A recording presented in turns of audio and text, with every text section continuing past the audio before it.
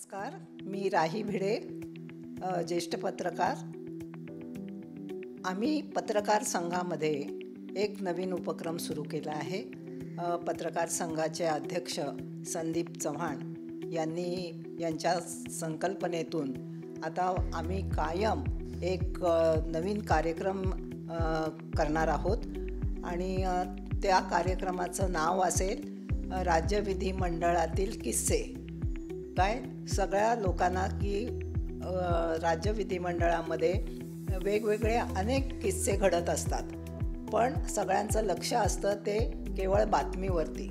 पण हे किस्से खरं आपल्या सर्व प्रेक्षकांना अतिशय आवडतील असं मला वाटतं, कारण तिथे काय घडतं, वेगवेगळे काय किस्से घडतात आणि कसं एकमेकांशी सगळे वागतात, असं खूप काही मटेरियल राज्य विधिमंडळामध्ये अधिवेशन चालू असताना घडत असतं. आणि आता सुरू झालेलं आहे हे राज्य विधिमंडळाचं पावसाळी अधिवेशन. आणि आता ह्या अधिवेशनाच्या निमित्ताने प्रथमच आपण हा कार्यक्रम देत आहोत आणि त्याचं पहिलं पुष्प ह्या कार्यक्रमाचं मी गुंफणार आहे. मी सुरुवातच करते सांगायला की मी 1988 साली प्रथम राज्य विधिमंडळामध्ये गेले होते. लोकमतसाठी मी रिपोर्टिंग करत होते आणि त्यावेळेला अनेक म्हणजे कामाबरोबरच अनेक अशा गोष्टी होत्या की त्या रेकॉर्डवर आलेल्या नसतात. तसाच एक किस्सा आज मी आपल्याला सांगणार आहे. त्याचं असं झालं की मी नवीन होते आणि राज्य विधिमंडळामध्ये काय असतं, काय चालतं हे आणि कुठे कोण कसे विषय मांडतात, कसं बोलतात, हे सगळं मला नवीन होतं. आणि मग मी सगळ्याचा धांडोळा घेत गेले की काय गोष्टी घडतायत विधिमंडळामध्ये.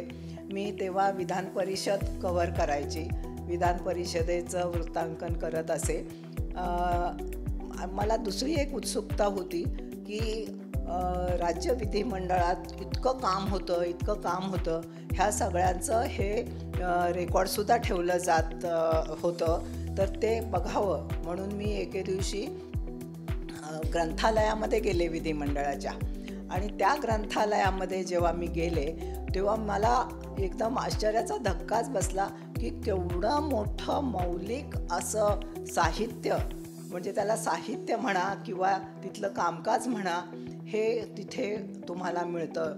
जेव्हापासून आपली विधान परिषद फॉर्म झाली तेव्हापासूनचं सगळं रेकॉर्ड तिकडे होतं आणि खूप प्रचंड माहिती त्या ग्रंथालयामध्ये होती. ते ग्रंथालय कसं ह्या लोकांनी मॅनेज केलं आणि कसं अजूनही ग्रंथालयाचं काम चालतं हे बघण्याची उत्सुकता मला होती. मी मग असं ठरवलं की आपण एक मुलाखत करूया. त्यावेळेचे विधान परिषदेचे सभापती जे जयंतराव टिळक, तर त्यांची एक मुलाखत करूया ग्रंथालयावरती असं मला वाटलं. आणि मग मी एके दिवशी अपॉइंटमेंट घेतली जयंतराव टिळकांची आणि त्यांच्या मलबार हिलवरच्या बंगल्यात, अजिंठा नावाच्या बंगल्यामध्ये ते राहत होते, तिथे मी गेले. आणि तिथे गेल्यानंतर मग त्यांनी मला विचारलं की काय हवं आहे तुला. तर मी म्हटलं की मला ग्रंथालयाच्या संबंधी सगळी माहिती हवी आहे. तर ते म्हणाले ग्रंथालयाच्या संदर्भात म्हणजे काय.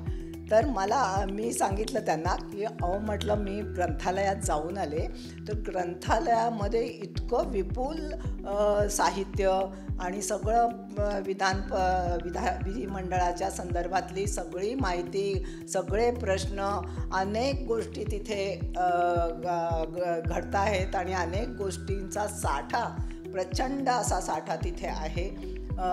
मग काय करायचं आपण, कसं. तिथे पुस्तकंसुद्धा, अनेक विषयांवरची पुस्तकंसुद्धा ग्रंथालयामध्ये आहेत.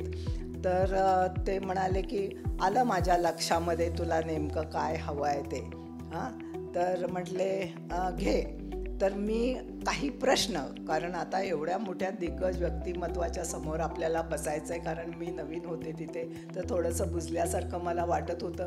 तर मी म्हटलं की काही प्रश्न लिहून आणले होते म्हणूनच, की आपण हे प्रश्न त्यांना विचारूया आणि मग लिहून घेऊया त्यांची काय मतं त्या संदर्भामध्ये. मग मी माझी नोटबुक काढली आणि त्याच्यावरती प्रश्न लिहिलेले होते. ते प्रश्न मी त्यांना विचारायला लागले. ते बोलले, मला प्रश्न विचारू नको, मी सांगतो ते तू घे. आणि त्यांनी मला डिक्टेशन द्यायला सुरुवात केली. म्हणजे संबंध ग्रंथालयाच्या माहितीचं, त्याच्या सुरू कसं झालं आणि काय त्या ग्रंथालयाचं स्वरूप आहे, त्या ग्रंथालयातलं जे सगळं रेकॉर्ड आहे, ते हे जे सगळे आमदार निवडून येतात, ते आमदार त्याचा उपयोग करतात का? कारण रेफरन्ससाठी हे अमूल्य असं हे साधन आहे. तर रेफरन्ससाठी आमदार त्याचा उपयोग करतात का? तर अजिबात, म्हणजे जेमतेम 10% फार झाले आमदार त्याचा उपयोग करत असतील. काही अभ्यासू आमदार मात्र तिकडे बसायचे. रायबान जाधव एक काँग्रेसचे विद्याविभूषित चांगले, खूप त्यांचं शिक्षण होतं आणि ते सरकारी नोकरीमध्ये सुद्धा होते.